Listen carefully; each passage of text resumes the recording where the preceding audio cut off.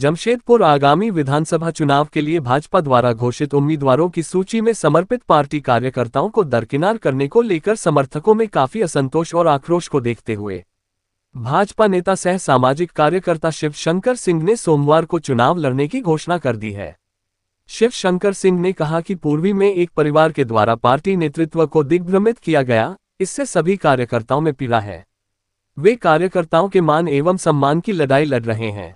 मैंने ये निर्णय जनता जनार्दन के भारी दबाव में लिया है और ये लड़ाई सामूहिक होगी, जिसमें मैं चेहरा मात्र होऊंगा और लड़ाई जमशेदपुर पूर्वी की जनता एकत्रित होकर लड़ेगी। ये लड़ाई परिवारवाद के विरोध में सभी कार्यकर्ता मिलकर लड़ेंगे। श्री सिंह ने कहा कि वे माननीय प्रधानमंत्री नरेंद्र मोदी जी के परिवारवाद विरोधी सिद्धांतों का अनुसरण करते हुए सभी कार्यकर्ताओं के साथ पूर्णिमा दास के चुनाव लड़ने का कड़ा विरोध कर रहे हैं और पूछ रहे हैं कि पूर्णिमा दास का चुनाव लड़ने के लिए क्या मेरिट है। उनका मेरिट सिर्फ ये है कि वो माननीय रघुवर दास जी की बहू हैं। सामाजिक जीवन में उन्होंने क्या कार्य किए हैं? क्या उन्हें पता भी है कि हमारे क्षेत्र में कौन सी सड़क कहाँ जाती है, कौन सी बस्ती कहाँ है, हम लोगों की जरूरत क्या है? उन्होंने कहा कि मेरा सामाजिक जीवन सबके सामने है। मैं वर्षों से निस्वार्थ सामाजिक कार्य करता आ रहा हूं और मेरी कोई महत्वाकांक्षा भी नहीं है।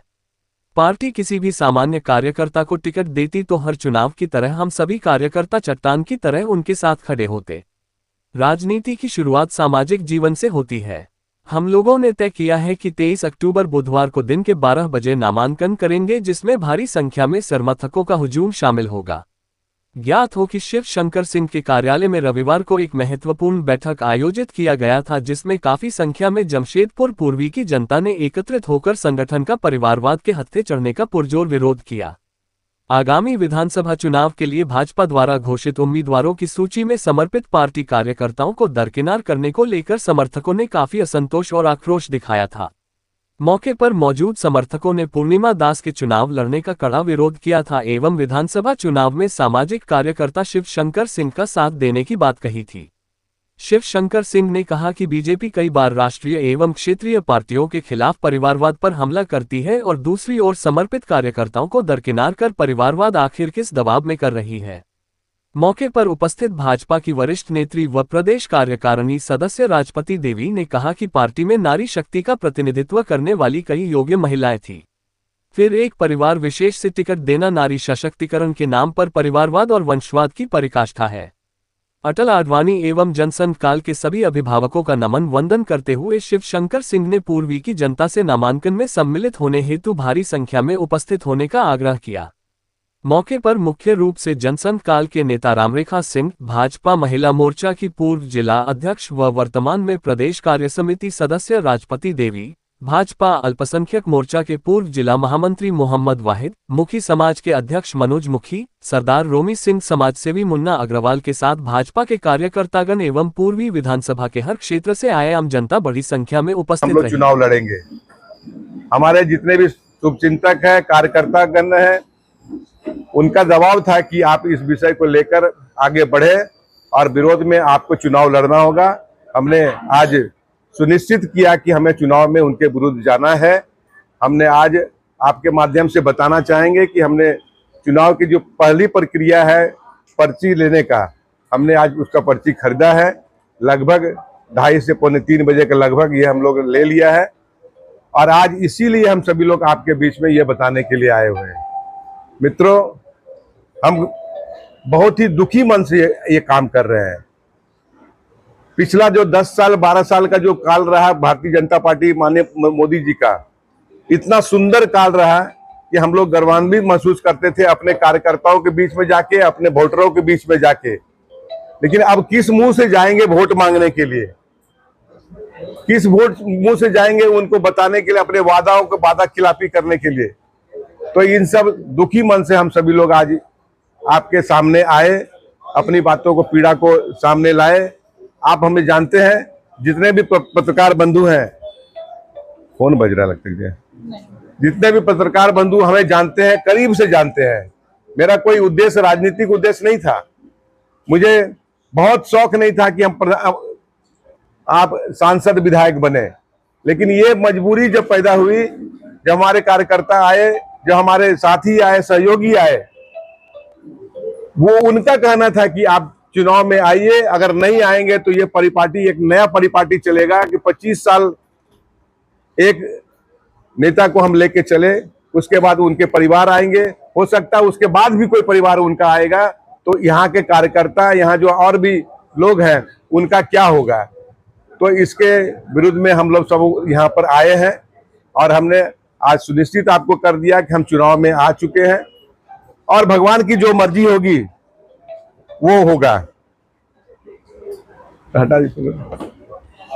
तो आज इसी ख्याल से ये नॉमिनेशन हम लोग 23 तारीख को लगभग 12:30 बजे हम नॉमिनेशन करेंगे। हम सभी लोग यहीं जहां आप आए हैं हमारे कार्यालय से 10 बजे हम लोग सभी निकलेंगे, यहाँ से एक बड़े इवेंट के साथ निकलेंगे, बड़े भीड़ के साथ निकलेंगे और आपको उस दिन एहसास हो जाएगा कि उसी दिन जो अभी आपको पूर्णिमा दास का जो नाम आया है वो टाएं फिक्स हो जाएगा। वो तैयारी हम लोग करके रखे हैं। आप घूम के पूरे पूर्वी क्षेत्र में आप देख चुके हैं कि लोग कितना मन में कितना उदासी है, मन में कितना पीड़ा है इस लेके, और इसका समर्थन हम सबों को मिलेगा, ऐसा मेरा विश्वास है। आपके माध्यम से सभी वोटरों को मैं विश्वास दिलाना चाहता हूं कि जो परिपाटी इन्होंने स्टार्ट किया उसका हम सभी लोग विरोध करेंगे और निश्चित रूप से हम लोग जीत हासिल करेंगे। क्या आपको भी लगता है 2019 वाला फिर से ट्रेंड? निश्चित रूप से 2019 में जी 2019 में भी ऐसी कुछ घटना घटी थी जिसका विरोध यहाँ के जनता ने किया, यहाँ के वोटरों ने किया, और फिर इस बार 2024 में पुनरावृत्ति होने की संभावना है। आप ऐसे सुनिश्चित कर लीजिए कि 2019 में भी 2024 में भी निर्दलीय यहाँ पर उम्मीदवार होंगे, यहाँ के विधायक होंगे। एक सवाल और होगा, आप संघ से लेकर के भाजपा के वरिष्ठ नेताओं में गिनती है, क्या आपको कोई संघ से या भाजपा के वरिष्ठ नेताओं के यहाँ से कोई फोन कॉल आया? देखिए, ये पब्लिकली करने की हम शायद अच्छा नहीं समझेंगे कि हम ऐसे संस्कार से आए हुए हैं, ऐसे पार्टी से आए हुए हैं, ऐसे संघ परिवार से हैं कि ऐसी बातों को पब्लिकली करना शायद मेरे लिए अच्छा नहीं होगा। आपको तो हम पहले ही बताया कि ये बहुत ही पीड़ा से हम ये जो प्रेस वार्ता में हम बोल रहे हैं, ये मेरी पीड़ा बोल रही है, मेरा दुख बोल रहा है, और हमारे कार्यकर्ता का जो भावना है ये बोल रहे हैं। हम तो जिस परिवार से आए तो शायद आज हम जो जिस जगह बैठे हैं वो हमारे लिए बहुत दुर्भाग्यपूर्ण है। राजनीतिक दबाव किसी तरीके का चुनाव नहीं लड़ने के लिए आपको? नहीं, देखिए राजनीतिक दबाव क्या हो सकता है, हम तो बहुत सामान्य आदमी है, आपको पता है हम सामाजिक कार्यकर्ता हैं, हमारे लिए क्या दबाव होगा। हम दबाव कोई झेलने वाले भी नहीं है, हम कोई गलत काम भी नहीं करते हैं जीवन में जिससे कि हमको डरना पड़ेगा।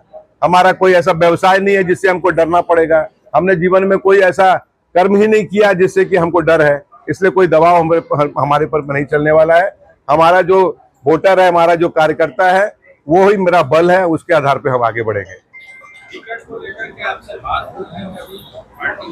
निश्चित रूप से टिकट को लेकर आपको पता है कि प्रमुखता से हमारा नाम को रखा गया था, प्रदेश में भी केंद्र में भी, लेकिन एक बड़ा दबाव जो है, बहुत बड़ा दबाव के कारण पार्टी के प्रमुख लोगों को बैक होना पड़ा और अपने जो खास जो लोग हैं उनकी जो बहू है उनको मिला है। ये सभी लोग जग जाहिर है, कुछ में कुछ बताने की आवश्यकता नहीं है।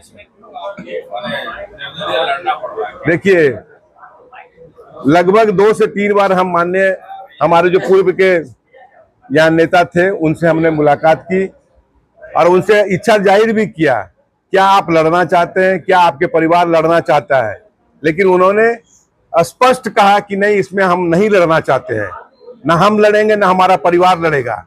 उस परिस्थिति में हमारे साथ मैं या हमारे साथ लगे हुए कितने कार्यकर्ता जो आज उनको भी खराब महसूस हो रहा है, ऐसे सभी लोग जो बैकफुट पर आ गए हैं, सबको ये आश्वासन था कि वो नहीं लड़ेंगे, ना उनकी परिवार लड़ेगा। इसी लेके हम लोग सबको अपनी तैयारी किए थे। इसमें आप देख रहे होंगे कई पूर्व के जिलाध्यक्ष थे, कई बड़े बड़े नेता जो बहुत बड़े 30 साल 35 साल से अपना जीवन दिए हुए पार्टी को, ऐसे नेता थे, लेकिन किसी को चांस नहीं मिला। मिला तो क्या मिला, उनके बहू को मिला, उनके परिवार के लोग को मिला।